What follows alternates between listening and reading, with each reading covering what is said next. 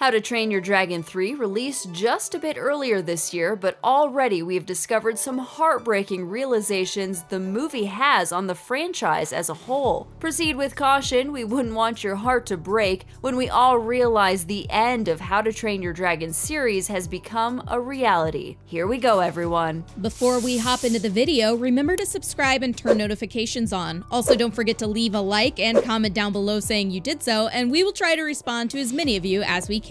No more dragons. Starting off today, let's talk about the sad realization that Toothless and the rest of the dragons are no longer present in the lives of the wide cast of Burkians. Without dragons, these characters' lives are going to change so much it's hard to put into words. The cast of characters, including Hiccup, Astrid, Ruffnut, and of course Tuffnut, no longer have dragons to help them in their day-to-day lives. This already changes a lot of what we've come to know in the past movies, specifically How to Train Your Dragon 2. The series has in turn come full circle when you think about it. In How to Train Your Dragon 1, the Burkians killed and hunted the dragons at the beginning, and towards the end, they started taming and living a life with the dragons. This theme continued in the second movie with the dragons assisting the Burkians, and of course, the other way around with the humans helping the dragons. And finally, in the third How to Train Your Dragon, the dragons are left free to go and live by themselves in peace. This mirrors the plot of the first movie, with the Burkians living without the dragons, except now they aren't going to see the dragons at all since they have gone to live far away. Realizing that this is the reality at the end of the movie, that dragons no longer will be living alongside the humans, this is quite sad to us and a lot of other fans who have enjoyed the series. Many movie franchises don't end in such a way that How to Train Your Dragon 3 ends. DreamWorks really went all out with the conclusion to the series, and it shows that they truly put a ton of effort into this film alone. It ends on such a note that is sad yet happy in our view, and we applaud them for going this far to make such a masterpiece. We can't imagine the chance that DreamWorks scrapped the idea of the first How to Train Your Dragon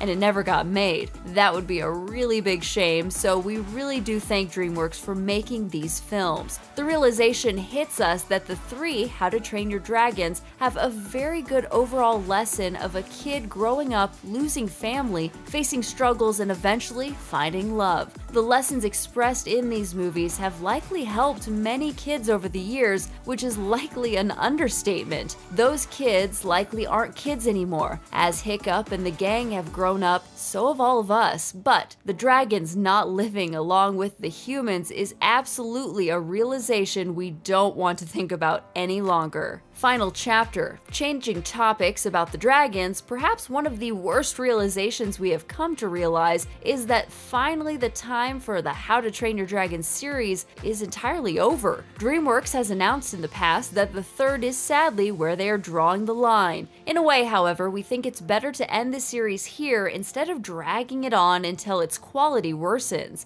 Basically, it's better to end it at a franchise high note than to end it years later when it's been milked to no return. Dragging a series out, whether or not good or bad, has done many times before with other shows and movies such as The Simpsons. We believe a good example of ending a series on a high note could be seen with the hit animated show Gravity Falls. Now that we know the How to Train Your Dragon series is over, what does this mean? It means a lot of things to us. For example, the memories the films have had on the millions of people who have watched them will live on in our hearts and can of course be rewatched once again to have the memories flood back. Fans will probably still make videos on the series and have theories about the events that occur after How to Train Your Dragon 3. So fear not, friends of this series, even though it may be officially over, there will still be people talking about it, although it really does hurt our hearts that we will never see the future of Toothless and the rest of the dragons. But we can always hope that DreamWorks could change their mind one day in the future and decide to make another How to Train Your Dragon, or even pick up a series in an animated TV show or a show on Netflix. We would truly tune in to any continuation of the series, so we can always hope. Marriage and kids. Moving on from that sad realization, let's delve into Hiccup and Astrid's marriage. While it may not be heartbreaking in a sad type of way, it's heartbreaking to us to see these two grow up and get to the point of marriage and of course even kids. It's a very bittersweet sight, to say the least, because Hiccup and the gang are no longer kids or even teens. They are fully grown adults with kids of their own. If you were to travel back into the year 2010 when the first How to Train Your Dragon released and told a fan of that movie that Astrid and Hiccup were not only going to get married but also have 2 kids, they would think that you were out of your mind. This just goes to show how far the series has evolved for the better and how much these lovable characters have changed since we first laid our eyes on them all those years back. Once again, the story of this trilogy has come full circle, and it's a beautiful sight in our eyes. Viewers of the movie can probably see themselves in some way in Hiccup or Astrid. These characters are really relatable and can help kids become more confident about themselves. But wait a second, Hiccup and Astrid aren't the only people who have gotten married, that's for sure. Even though we as the viewer aren't directly shown another couple tying the knot in How to Train Your Dragon 3, we can safely assume some other romance has happened with other characters in the movie. Hiccup and Astrid's marriage was also mirrored with Toothless and Light Fury's kids and, well, marriage. Do dragons actually get married? Nah, that's beside the point. Either way, the realization that Toothless and Hiccup are all grown up is a very mellow feeling. It's very exciting to see in one way, but also sad to know they have all grown up between the events of the first, second, and final third film. We can only theorize about the other characters' relationships since they are not shown on screen between the time Hiccup and Astrid marry to when we see them go off with their kids to meet Toothless. A reasonable amount of time has passed since the marriage, and we would have to guess at least 4 years have gone by at this point, which means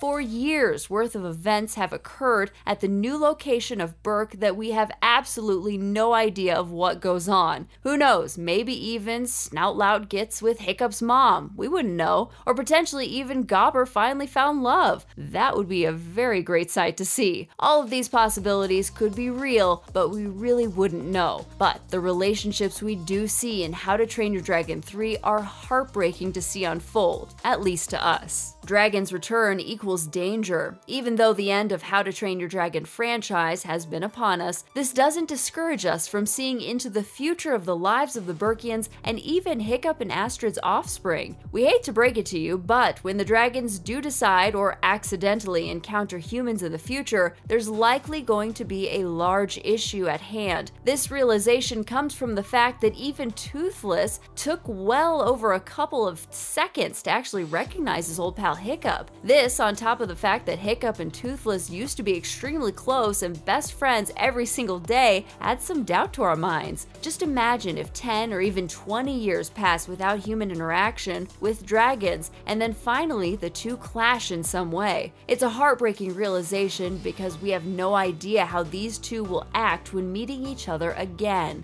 As they say, history repeats itself. Let's just hope the events of the first movie, aka Hunting the Dragons Down, doesn't return for as long as dragons live alongside the village of Berk. Here at Endzone, we hope that in the future of Berk, the dragons and humans don't ever get into fights like they used to, but it's likely a chance. Over time, people will forget how to tame dragons, and dragons will forget ever coexisting with the humans in the first place. As we've said today, these realizations really might ruin the movies for some people. They're very sad to take into consideration, especially when we see How to Train Your Dragon 3 ends on such a spectacularly high note with laughter and cuteness. DreamWorks really knows how to pull at our heartstrings, just like Disney and Pixar. Character deaths. One final realization we will bring up today is a short one that has upset many fans of the How to Train Your Dragon movies over the years. What are we talking about? Well, we are sure you are aware we are bringing up Hiccup's late father, Stoic the Vast. The realization of him passing away at the end of How to Train Your Dragon 2 wasn't already sad enough of an event. The third and last movie, of course, just builds upon this. Now that this is a full movie without Stoic being alive, his presence being missed is an understatement. Another big realization that we hate to break to you is the fact that some other characters might not have much longer to live, such as Gobber or even potentially Hiccup's mother. However, the good thing is that no more of this beloved cast of characters will die officially, since the last entry is Among Us, which we suppose turns this heartbreaking realization into somewhat of a positive end note. Concluding thoughts. Although the trilogy of How to Train Your Dragon was an absolute masterpiece in our eyes and millions of others, today's heartbreaking realizations have made us realize the future of Berk may not be in the greatest of conditions for the Berkians and dragons alike. We loved How to Train Your Dragon 3 just as much as the other two films, but it made us realize the ending might not be such a happy one after all. Let's just hope that everyone will be safe in the future of the fictional village of Berk. What do you guys think about our thoughts today? If you have any ideas of your own, please be sure to share, and thanks for watching, and take care.